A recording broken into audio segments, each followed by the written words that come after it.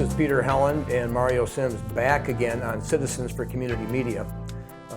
Mario, you said, first of all, we said we needed to come back on. Well, we need to come back on because of the September 30th, 2019 article titled New Documents Raise Questions About Buttigieg's Ouster of Black Police Chief by Jonathan Larson of the Young Turks, September 30th. We had gone on and talked about at length the information in the September 16th news story by Jonathan Larson, the Young Turks. And then after we completed and got our story up on YouTube, then this story came out, which contains some explosive stuff. So but there's been a lot of other things that's happened. But it's a continuation of the discovery of these court documents. Yes. So Larson came here for a couple weeks. He's been back and forth. He came a few months ago. In fact, he was at my church for 2 or 3 days, using my church as kind of like he'd stop in and interview people or chat with some people, that type of thing. So that's when I met him. Because I've been an activist for almost 30 years, the media, whether it's the Washington Post, LA Times, and several others, normally send people to me, the reporters to me, and that's how I met him. Okay. So that's how that started. Okay. So we're going to get into this new revelation, another set of documents, an interview with Mayor Pete's current campaign manager. Mike, that's correct. Mike, and who was also back in 2011. His chief of staff. Chief of staff. The mayor's chief of staff. Right. And they interviewed him. Right. But before we get into them, we had all these comments. And one comment correlated to what you said at the end of the last show, that you had this certain things to say maybe about Tim Corbett. Oh, yeah, certainly. And they're all documented. As I alluded, as we just talked in, I've been an activist close to 30 years. You know, I started in 1988, 1989 in South Bend. Ultimately, by 1992, 93, I had one of the highest profiles of any non-elected official because I was involved as an outspoken activist. At that point, it was Mayor Joe Kernan. And I got involved in exposing corruption in the city of South Bend. I'd become so effective with it and so damaging that apparently there was a scheme hatched to take advantage of me going through a divorce. My wife at the time, Linda, my son's mother, my son was 9 years old at the time, 1993, did not like the limelight and had asked that, I was planning a run for mayor as a Republican, and I'm not a Republican or Democrat. I don't want to get started with that. I chose the Republican Party because I didn't want to get involved in a very corrupt Democratic Party that had been in power for decades in South Bend. Being from Chicago originally, everybody's a Democrat. So when I came, I went to a fundraiser with Joe Kernan and Mike Barnes, who at that time was a long-serving prosecutor, and just didn't like what I saw going on in the community. Chose to run as a Republican for mayor, announced in 1993 for the mayor's seat, which at that point was open in 1995. The election would be in 1994, but you began serving. In the process of being an activist, I angered Joe Kernan and Mike Barnes. Mike Barnes at that time was kind of like J. Edgar Hoover. Oh, yeah. He was to a lot of people, frightening man. And would go out of his way to ruin people. People were afraid of him. I wasn't. Maybe I was just stupid. But I believed in the American way. I'm a Marine Corps veteran. My dad had always raised me to be an engaged citizen. And so I continued to expose corruption. I did with Dave Frank. We did Stand Up America, which was heard on, I think, 13 states from Boulder, Colorado to Trenton, New Jersey. It was an AM station. We got a lot of coverage there. Mr. Nabah, if you remember, Mr. Nabah had a little local publication, and I wrote what they consider very damaging articles about the corruption. So, it was kind of like a drumbeat that was slowly building. Well, January 23, 1994 was a Friday. I was at the television studio. Dave and I did a radio show.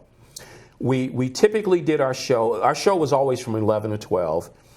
And then we would spend 2 hours recording. We had a cable television show. Normally, we would do the cable television show like another day, but when we finished our radio show from 11 to 12, and this is key, Dave said, hey, why don't we do this? Let's go get some lunch, because Dave had a restaurant then, Frank's Red House on 23. Sure. Let's go get some lunch. We'll come back, and we'll do the studio from 2 to 4. Now, this is really important. So from 2 to 4, January 23rd, 1994, I'm on camera with Dave. In fact, Dave gave a sworn affidavit to the fact that I'm on camera. Okay. At the old Comcast. Yeah, on Edison. Edison Road, exactly. Yeah. Edison and Hickory, as a matter of fact. That's right. Right off of Hickory. Yep. So we're there. This is about a half an hour from my house. So if I leave it from the marital residence. You're still there on Howard, right? No. I got to Howard later. That's part of the later story.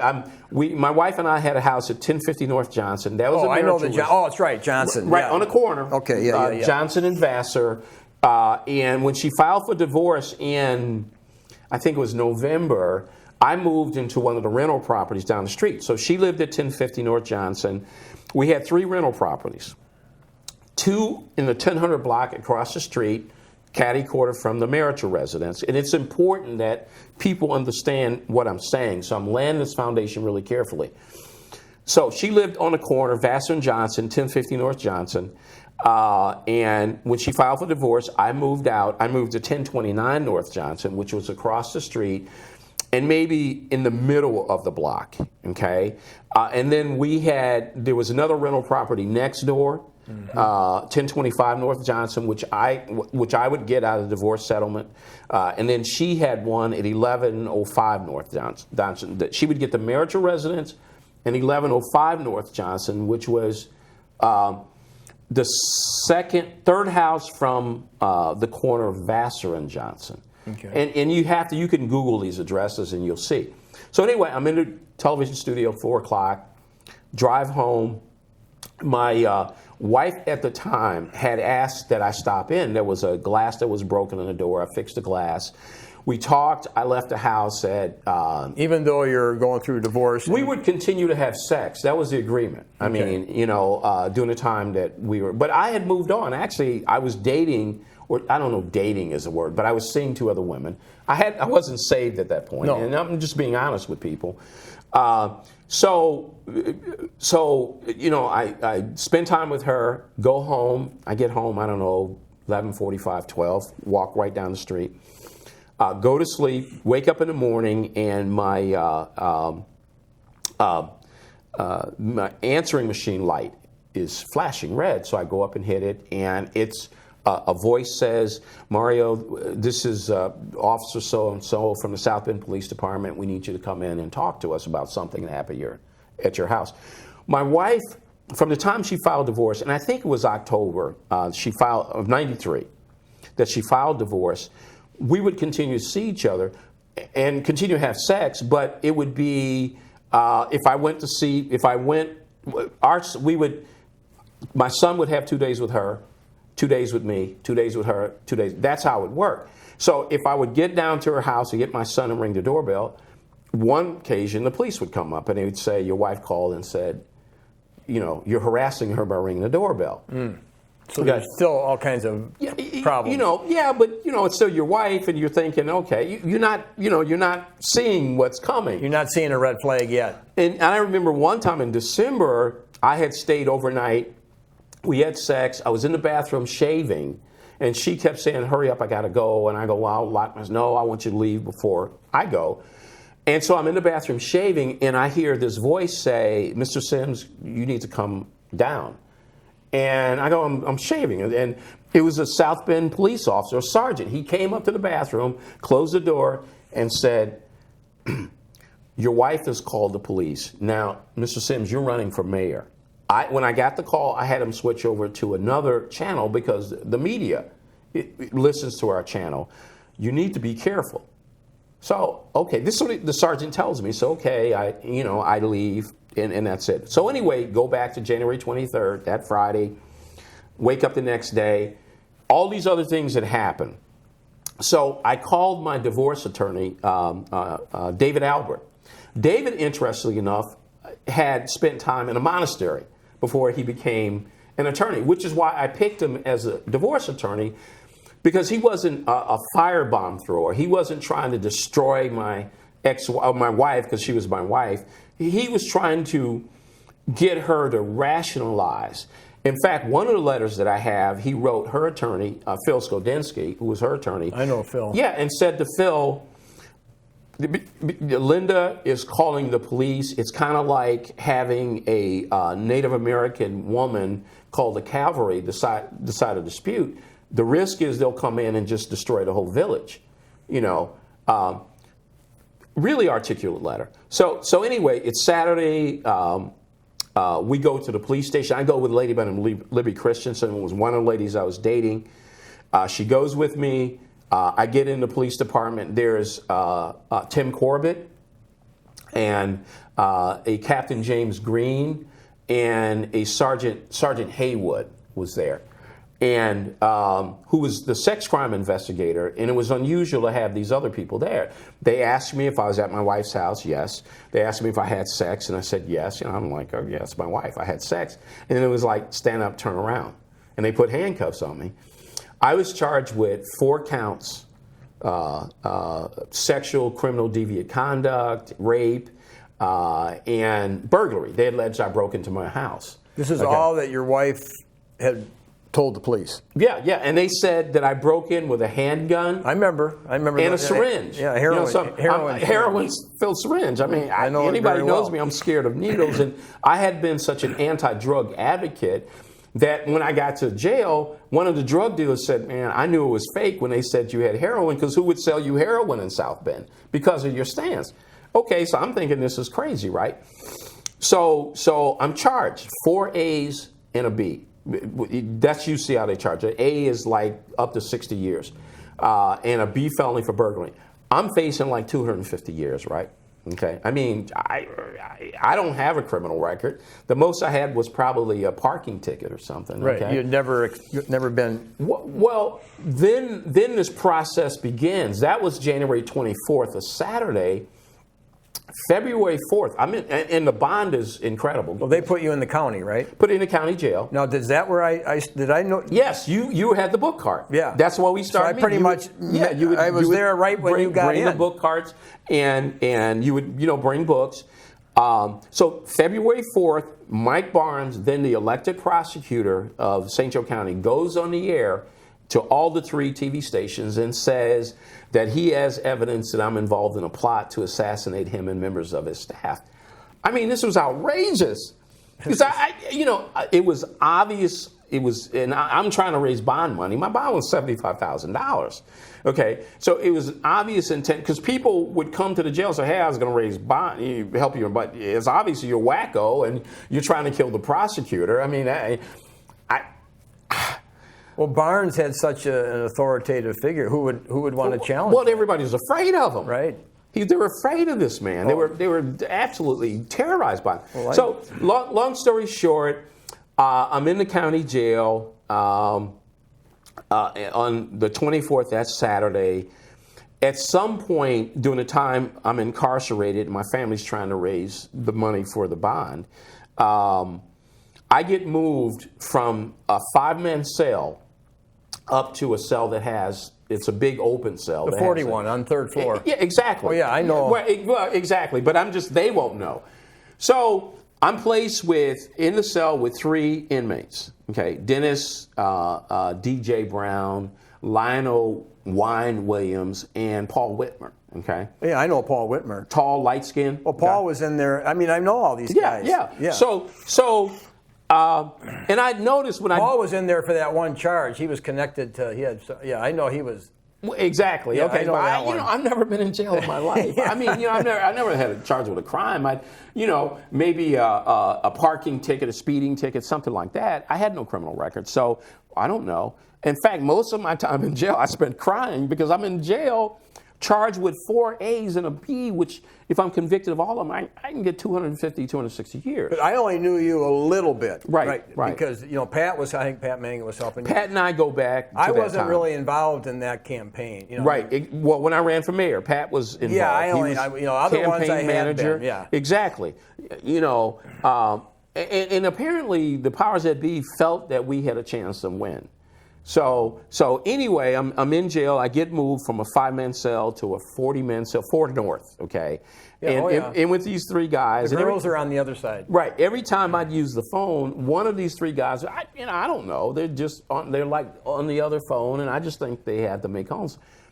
So I go to a hearing in the end of February and March, and my attorney hands me this statement from Paul Whitmer saying that I'd confessed to him.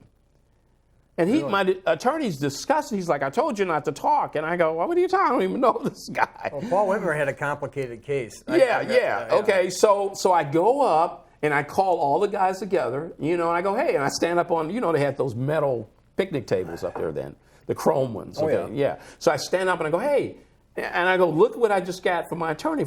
And Paul comes up and says, Mario, Tim Corbett told me that if I said this about you, they dropped my case. Yeah, Paul was a pretty honest guy. Yeah, and so he didn't even hide it. Right, and he got a piece of paper and wrote that I did not say this. Tim Corbett, who was the at that time South Bend police officer, and had known connections of Barnes as being essentially Barnes's go-to guy. Pitbull. Yeah, that kind of thing. Had, along with John Marnoka, had coordinated this thing to happen. So Paul gives me that. I give it to my attorney, and we're getting ready to go to trial. I get released on like the 1st or 2nd of April. They finally, in fact, Tom Bradamus, John Bradamus's brother, okay, helped my mom raise the money. My mom ended up, really, but they're normally Democrat. Yeah, but Tom was an activist and knew that, this doesn't make sense. This is really weird. A gun in one hand and a heroin-filled syringe, and then you're going to assassinate him. So you're going to assassinate him after? Well, I guess this whole, I'm overwhelmed, man. I've never felony charged. So I get out. And I start, working with my attorney. I explained what happened that evening, and he says, "Okay." And I said, this case, I didn't do it, and we can prove I didn't do it. And one of the things I point out is the theory of the state's case at trial. We went to trial June 1st. The theory of the state's case at trial, John Marnoka was a deputy prosecutor. The theory of the state's case at trial was sometime before 3:30. Now, remember I said that I was at the Comcast. You were doing the show with Dave Frank. Right. I was 4. on video. All you got to do is go to the station engineers or talk to Dave and documented. That was Gary probably down there. Yeah, it was. Yeah. Matter of fact, it was. From 2 to 4. I'm on camera. Okay, at trial, John Marnoka spins his theory that sometime before 3:30, I had broken into the marital residence, laid in wait for my wife to come home, and that's where I raped her. They based that on the testimony of a lady by the name of Carla Pete. A black lady, her and her daughter and boyfriend lived in 1107 North Johnson, which is the 3rd house from the corner. And from her living room, you can see the marital residence at 1050 North Johnson. She claimed she got home. She was in housekeeping at Notre Dame.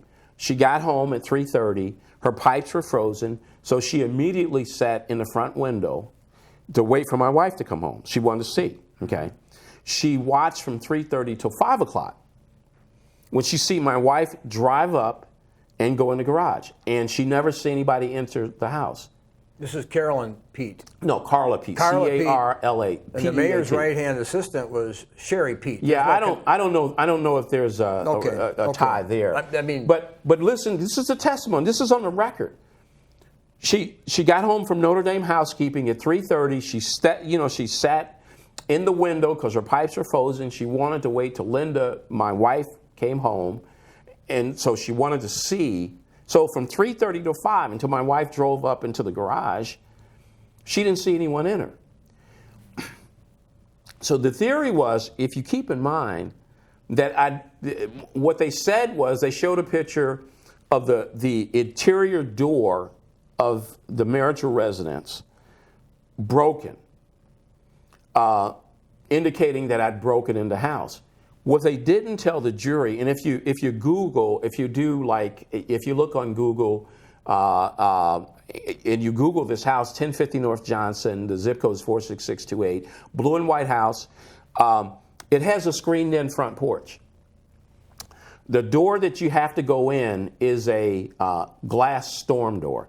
On the screen porch. Well, as you walk up the stairs to get into the porch, you have to go through a glass storm door. Yeah. You open that door, and then you go into another glass storm door that prevents you from getting into the door that they claim was broken. A year after trial, when I began representing myself, I called my wife to the witness stand, and she testified that she had double locked. It was a hook latch and a flip lock on both of those doors. So both doors had two locks. And she locked it before she left that morning, and they remained locked all evening. Double locks. Yeah, I mean, this is her testimony on the record. In 1995, post-trial, I couldn't have broken in. I couldn't have been there before 3:30. I couldn't have broken in. They introduced into evidence a leather band wristwatch. I used to have a 357 Magnum, 2.5-inch barrel, but I sold it like 4 or 5 months early because my son, I left it out one day, and I was on the phone and he carried it in, and I was so frightened that I sold it. Yeah. So when they interviewed me at the police station on the 24th, you have a handgun? No, I sold it. Now they got to put a gun in my hand. So one of the women, Lori Gazeski, who I was seeing, said that I had borrowed her .38 caliber pistol. To prove that, they entered a watch into evidence, asked Lori, is this Mario's watch? Yes, it is. Where was it at? I found it on my the back stairs to my house 3 days after Mario was arrested. The problem with that, the Saturday, January 24th that I was arrested, Candace Tompkins, who and her boyfriend and her kids lived right next door. I lived at 1029. Remember, we had rental properties. She lived at 1025 North Johnson. She lived right next door, and so what she did was, when I called her and said, hey, could you watch Mario, my son? Mario Jr. Yeah, could you watch him? I'm going to go give my statement to the police. I'm thinking I'm going to come right back. This is more of the divorce stuff. She gave an affidavit a year after trial. None of the stuff was introduced by my attorney. My attorney called no witnesses, okay? A year after trial, she gave us a sworn affidavit saying that when I went to give my statement to the police that day on the 24th of January and didn't return for months because I'm in jail, she found my leather band watch and she put it on my desk because I had an office there. On my desk in my house. She found it? It was on my floor. Okay. When I left, okay. When she came over to watch a little Mario, okay. She saw it, picked it up and put it on my desk in my house. Okay. Well, Lori testified 3 days later. She found it in her house on the back porch in the snow. Aren't those conflicting? But they're saying, well, Mario dropped it when he returned the handgun. Okay? Mm.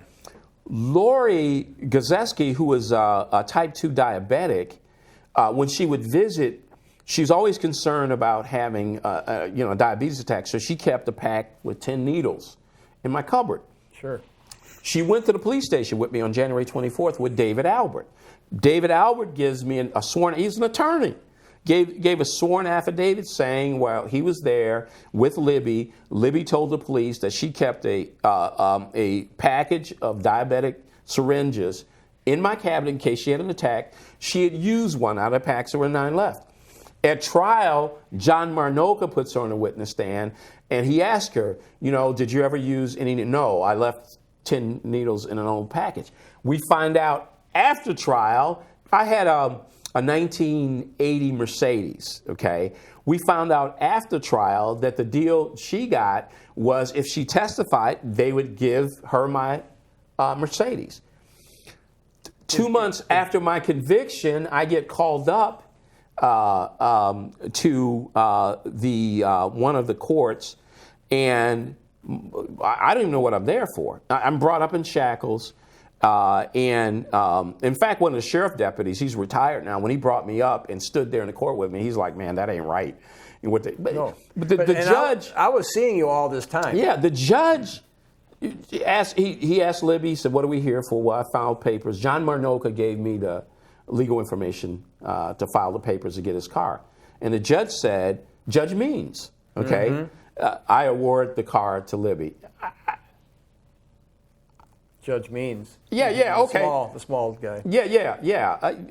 So I'm like, my car, okay, this is like, 2 or 3, about a month after the trial. I'm waiting to get transported.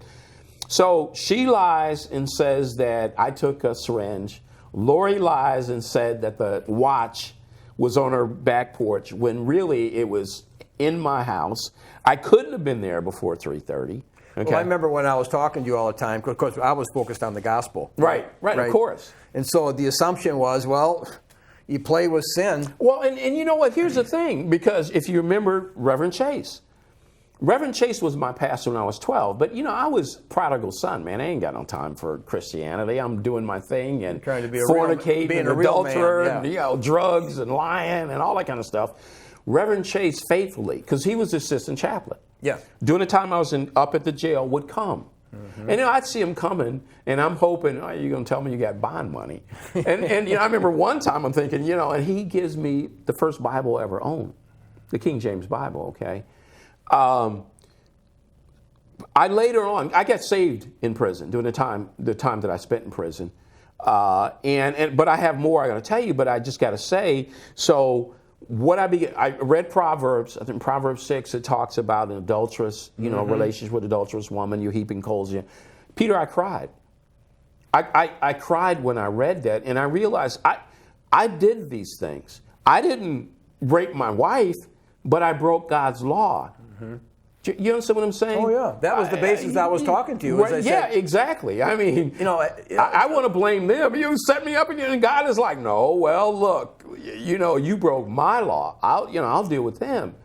And I got saved when he really broke through and said, it's not about you being guilty of this. Look at all the other things you've done in your life. Right. So conviction of sin, maybe not conviction of what they were saying. Right. Exactly. But conviction of other violations before God. Well, yeah. Genesis 50:19, Joseph responded to his brothers, what you intended for evil, God intended for good.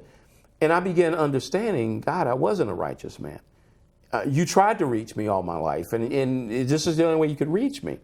But the problem is when you're running for mayor, there really is no moral code for these guys. They didn't care that you were doing this. No, because they were doing it too. Right. They were doing it too. And so I'm intoxicated with power. I had the highest profile of any non-elected official. Everywhere I went, everybody wanted to talk to me and, that kind of thing. You had the Mercedes? Well, yeah. I'm prideful. I'm prideful. And pride comes before the fall. The watts, the syringe, the fact that I couldn't be there, the fact that the doors were locked, those type of things. My wife, even at the time, testified at trial that she could have left the house at any time. In fact, that I went to sleep and she didn't want to leave because it's her house, that kind of thing. And I'm thinking, this is really nutty. When the jury came back, and I had no witnesses. Because Albert didn't call him.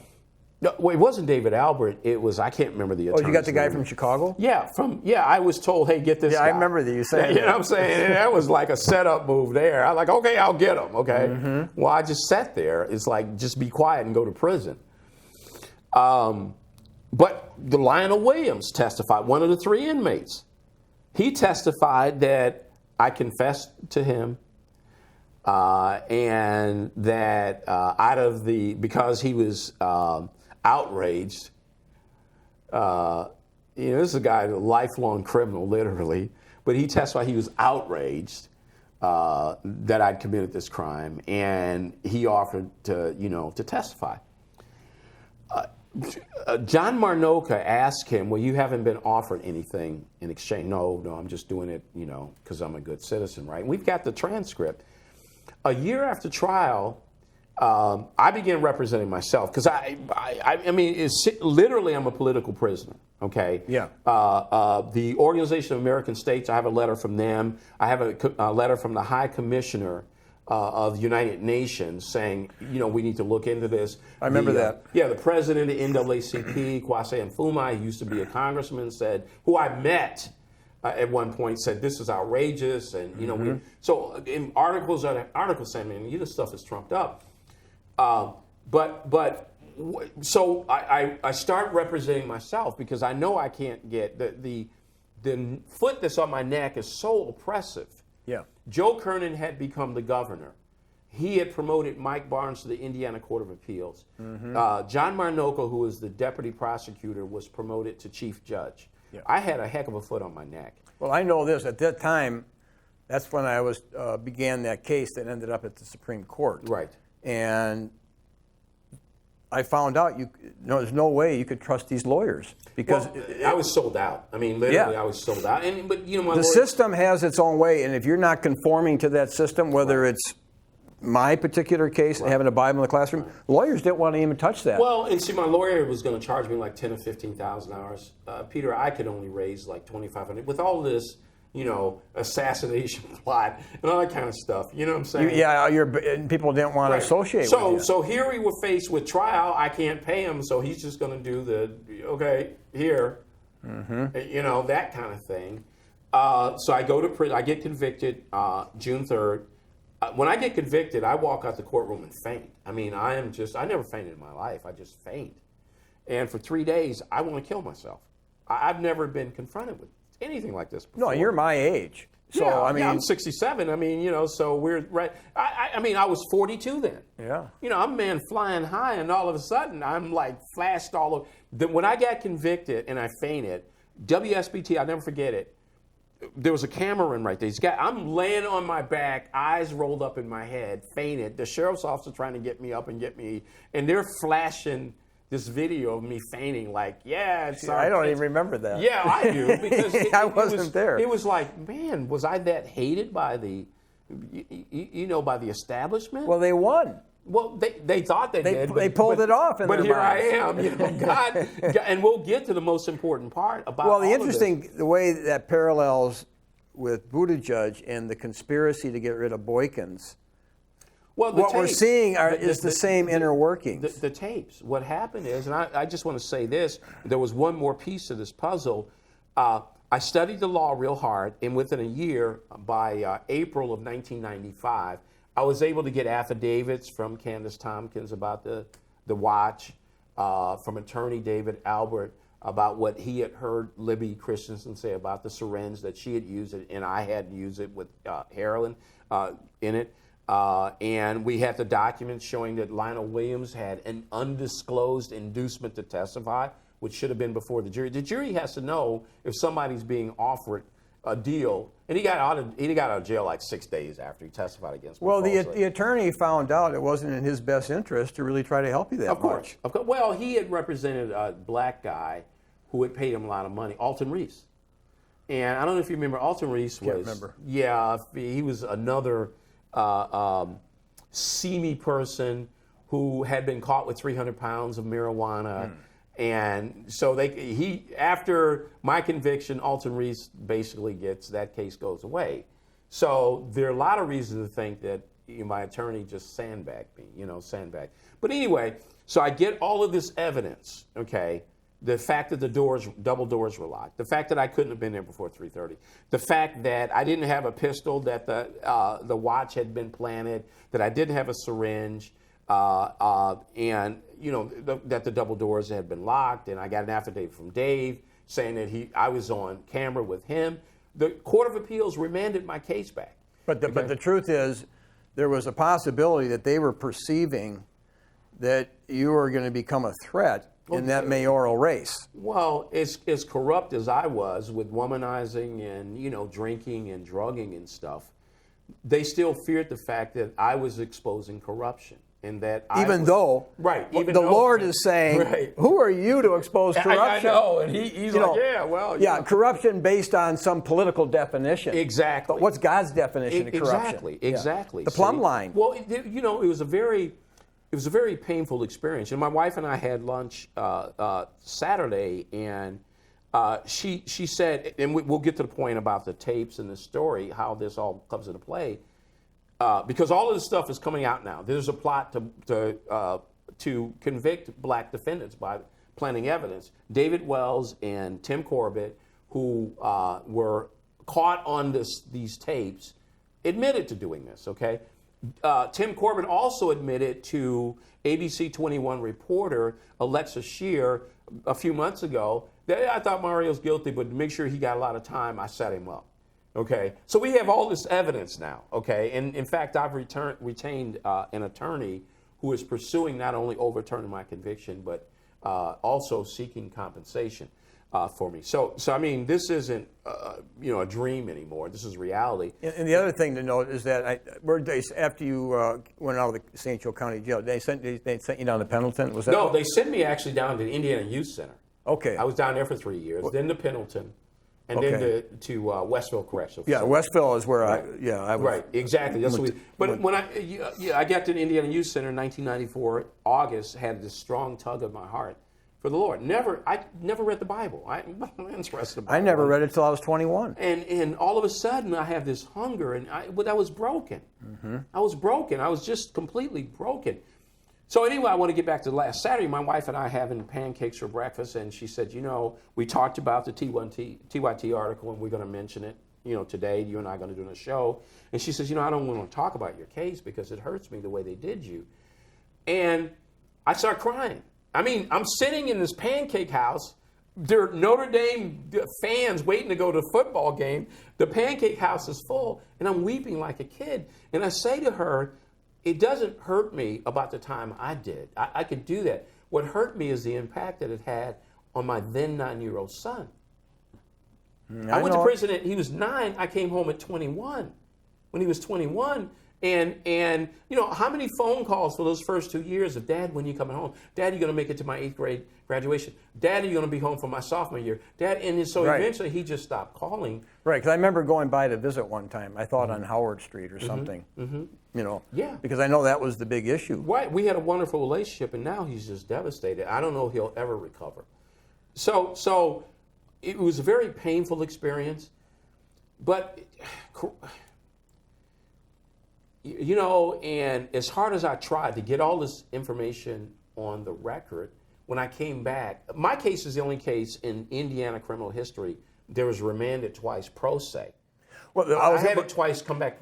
What I was going to say is that the reason you could get on top of this, that you very soon after you got in the prison system, was a law clerk. Yeah, I started reading the law. Yeah. What happened, I get to Indiana University, and I'm going to the law library every day. I'm bothering these guys. I can prove that I'm innocent. And one guy finally said, you can prove you're innocent? I go, yeah. He said, well, gather up all your affidavits and file a Davis motion. And I go, what's that? He goes, go read the book. So I'm reading the book. And then there were 2 lawyers in prison that I was with. Really? Yeah, there were 2 lawyers. And so I'm bugging them. I mean, I don't know what they convicted of, some stealing from a client or something. Oh, yeah. But white crowd. Yeah, that kind of thing. And so I'm telling them, and they go, hey, look, do this, find that.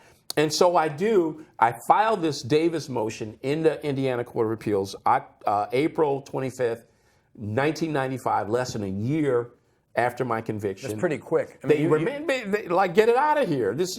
So they send me back, which should have released me. Back to the county. Right, but I go back to my trial judge, Gene Jordan. while I'm in jail waiting for this hearing. Oh yeah, but Jeannie Jordan, if I remember right, This guy tells me, this young black guy goes, "Hey, her daughter was raped by a black guy." Right. The guy tells me, he goes, when I dated her daughter, Schwartz, she would tell me, her daughter would say, "My mom can't see me with you because I was raped by a black guy." So here I have this judge. That's not impartial. So she looks at it and is like, no, get out of here. Mm-hmm. Denies it all. Basically, what she said in this opinion was, well, you had all this evidence, you didn't give it to your attorney. Like, I want to go to prison, right? Mm-hmm. So she denies it. I go back to the Court of Appeals, December 1995. They remand me again. I file a change of judge because of her bias and prejudice because of the rape. It gets sent to Elkhart. The state doesn't oppose it, and this judge steps in and says, you waived your right because you didn't take an appeal. And I'm like, the Court of Appeals sent me Judge Donald Jones. There's the order. You waived your right because you didn't take an appeal. The Court of Appeals sent me down here to get it. And that's what, by that time, 1999, Barnes is in the Court of Appeals. Terry Crone, who is, his mom was one of the local Democratic Party, leaders. Yeah, leaders. He's now up there with Mike Barnes, and I can't get anything from the Court of Appeals. But the way God works, since 2012, the tapes. And Mrs. DePape saying she heard these officers plotting. Mm-hmm. And now we know, thanks to Jonathan Larson, as Paul Harvey would say, the rest of the story, because we have, let me read this real quick, Peter. Is this the one that just came out on the 30th? Yeah, the 30th. This is the one that just came out. Okay, and it says here, this is new documents raised. If you want to see it, new documents raised questions about Buttigieg ouster of the black police chief by Jonathan Larson, September 30th, 2019. And I'm picking out. On the TYT.com. Right. TYT recently revealed that secret legal documents describing the recorded calls chronicle a month-long effort in 2000 by white officers used Buttigieg's donors to oust Boykins once Buttigieg takes office. One officer is quoted, "It will be a fun time when all white people are in charge." And then you also have these continued racist comments, and then you have an allegation that a clear statement that they were setting up black defendants. And I mean, I have this all, and you should look it up.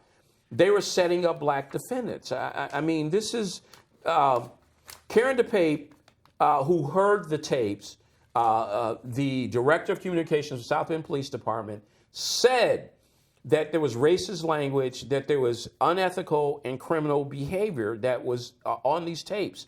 Tim Corbett, who was involved in my investigation, was one of the people on these tapes being overheard saying and bragging about setting up black defendants. Right. So you could argue, and I hate jumping on any claim of racism, but there seems to be a pattern here. Well, there's a definite pattern. At least a good argument for the Young Turks. Because their argument is all across this country is just tons of racism. But however, in this case, doesn't it look like they're targeting a little bit? Well, I can't. I'm always, as a pastor, I believe in sin. Yeah. Yeah. The isms are the biblical sexism, word. Racism, the closest biblical word for race in me it would say if you show partiality. Right. And see, so the God that I serve is a God of justice. Okay. And he doesn't show partiality. He does not a respecter of persons. So I'm always leery. I mean, I've said as a civil rights activist in the past, I've pointed out that things were racist based on the numbers and disparity, okay? But see, they want to say, okay, you go into these buildings, they got a big sign. We do not discriminate based on this, this, and this. However, it's a difference between showing partiality because you're black versus showing partiality because you're homosexual. Well, in other words... Let me just say this. I mean, the reality of America is if white people hadn't have given their lives during the Civil War, okay, the fight against And a lot of people say, well, it wasn't about racism. In slavery, I get that. From Lincoln's standpoint, some issues were economic. But many white men died fighting a war that ultimately resulted in black people being freed. Right, they wouldn't have been freed if those guys. So I mean, those kind of you have to. That's a slippery slope when you just brand. You just get a blunderbuss, and so racism, because there are issues. It doesn't clarify things. It doesn't. So I'm always, as a pastor, we talked about the plumb line. That's in Amos 7:1-9. I use God's measuring stick, and God doesn't measure based on race. What he measures is based on righteousness and justice. So what I would say to you is what Mrs. DePape heard on these recordings, and she's the only person that heard all the recordings, and she got paid the most. The 4 officers and their wives got paid $500,000 by Mayor Buttigieg. Yeah, so that's who's still fighting to cover these. That's only a little over $50,000 each. She got $250,000. Yeah, exactly. So she got 4 or 5 times more. Exactly. So I just want to say, it is clear. It is clear. The evidence is clear. Whether I was set up.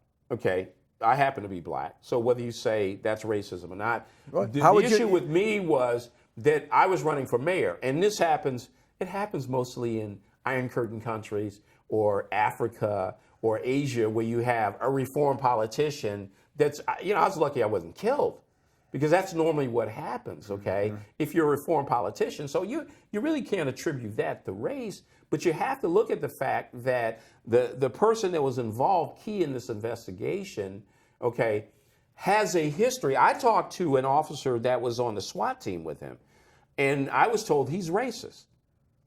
He's racist. I mean, Tim Corbett is racist, as much as he tries to deny it. He was heard on tape, recorded, and these tapes making racist by the common definition of today. Right, exactly. So, but I don't want to start an argument over there's no racism and I don't. The facts. I mean, at the same time, you're trying to win them to Christ. Well, yeah. Obviously. Let me tell you something. So you don't start out by winning him to Christ by saying to black people who come to me and complain about racism. This is what I say. You could take every white person off the planet, and black people would still lie, cheat, and kill each other. Yeah, I mean, there's no, right. Okay, so in that, do you understand what I'm saying? This ultimately is about character. It's about justice. It's about ethics. It's about righteousness. What happened to me was not just. It was to take a man, and you have to plant evidence and pay witnesses is not of God. And ultimately, it was revealed. Well, that's what you're saying here, is that it was not, this can't be of God. If Buttigieg is the best candidate for president, then he should be the best candidate based on his honesty. But he's perpetrating a fraud. Here's the thing.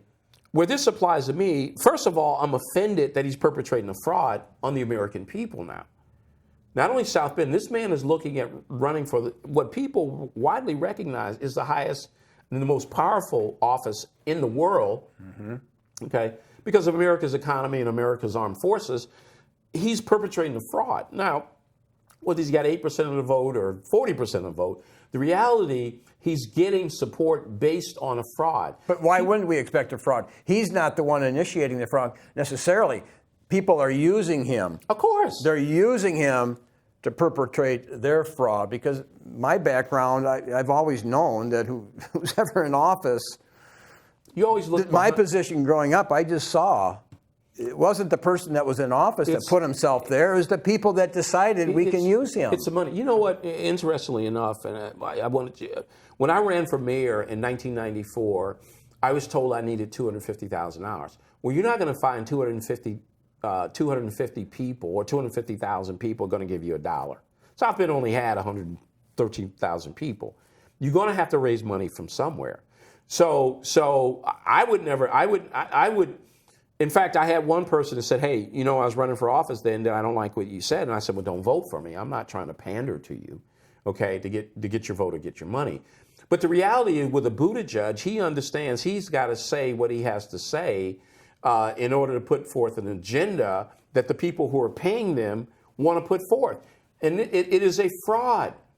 He is a fraudulent candidate. You can't stand for the type of justice that the American people want to see when you're paying officers that have set people up. I'm not the only one. He's claiming to be, we got to fight white nationalism and it's systemic racism. But how did he perform back in 2000? Well, okay, we know Stephanie Jones, whose son, 16-year-old son, Jihad Vasquez, was hung by the Klan.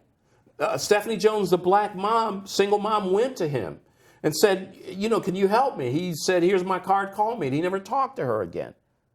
We don't have to surmise. We don't have to make up, theories. We have the evidence, and this thing is unfolding. We have my case as an evidence. I can't say these things about Tim Corbett or an appellate judge, Michael Barnes, or sitting judge, John Marnoka, accusing them of crimes and not be sued by them.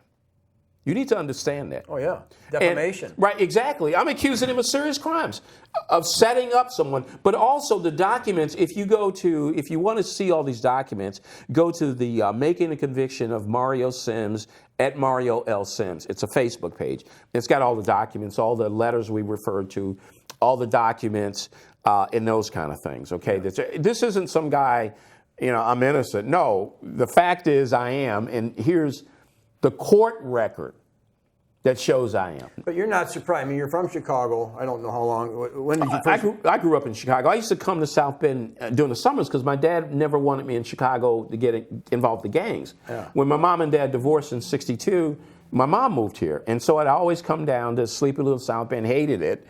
But in 1988, I was an executive recruiter, got tired of the hustle and bustle of the commute, wanted to come into a good community, a college town.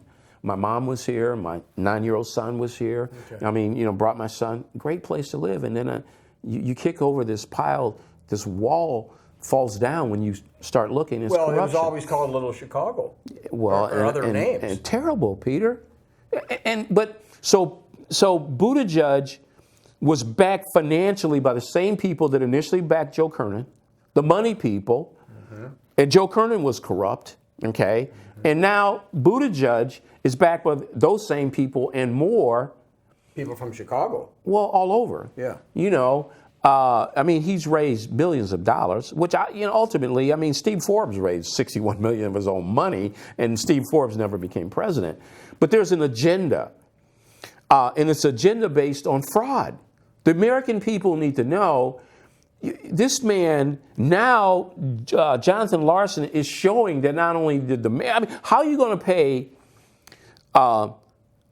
Tim Corbett, who is bragging about setting people up? That's not even a question. On these tapes, you pay him money.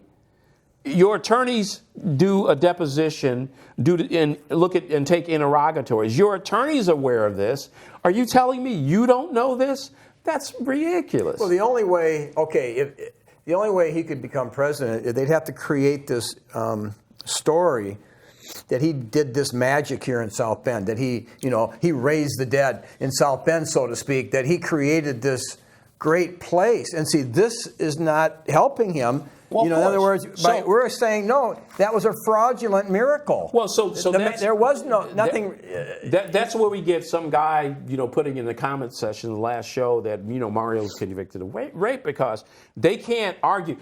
Attorneys have a saying. If you have the law, and your dad's an attorney, I know, and you may have heard this. If you have the law, argue the law. If you have the facts, argue the facts. If you don't have the law or the facts, you pound the table. Well, Isaiah said it, to the law and to the testimony. Right. So we do this story where there's a ton of facts, and then people, they can't defeat the facts, so they say, Mario was convicted of 1994 rape.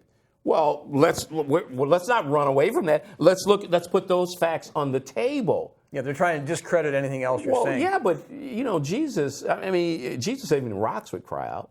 Well, you were saying, basically you hadn't read the Bible.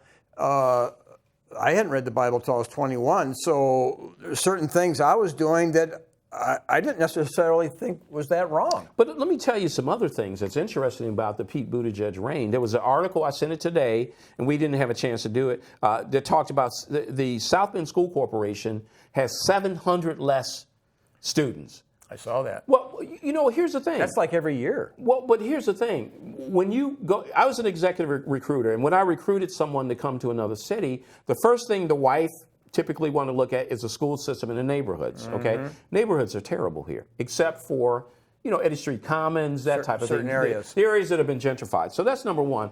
That happened on Pete Buttigieg's watch. You created this negative environment where people are taking their kids out of the schools, public school system. That's him. The other thing is... He didn't work on it. I mean, he didn't... He didn't invest in your neighborhood. Okay, so that's him. The other thing is, the city council last Monday, you said they put forth a budget that has an $11 million deficit. Who does that? Who does that? Well, you knock down 1,000 houses in 1,000 days. That takes 1,000 properties off your tax rolls with no plan to replace the tax revenue. Now you have $11 million deficit. Well, how would your wife feel if you told her, well, honey, we're in 11, we're in this huge debt. I mean, that's mismanagement, isn't it? I mean, who's going to pay that? Well, two things I want to touch on really quick. According to the American Community Survey data, nearly 56% of South Bend's black residents live at or below the poverty line.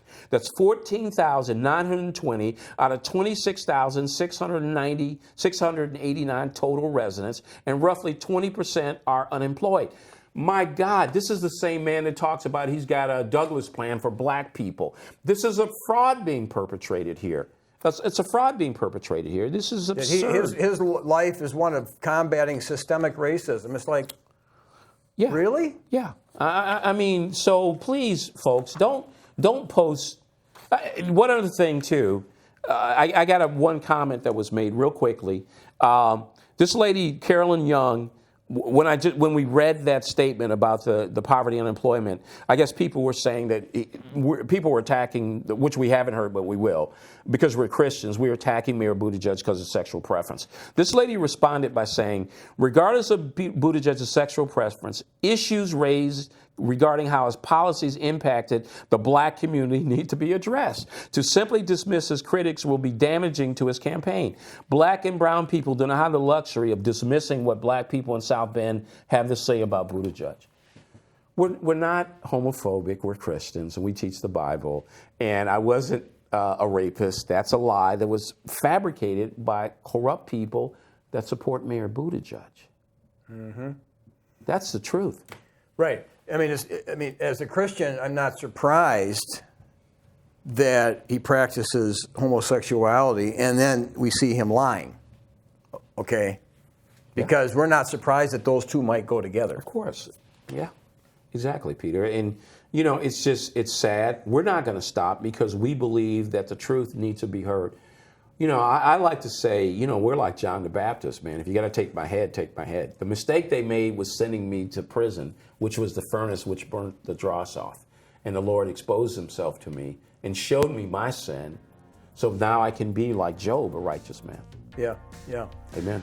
I think our time is up here. So this is Citizens for Community Media here in South Bend, Indiana, with Pastor Mario Sims and Peter Helen. And till next time. Amen. God bless you all. Thank you for tuning in.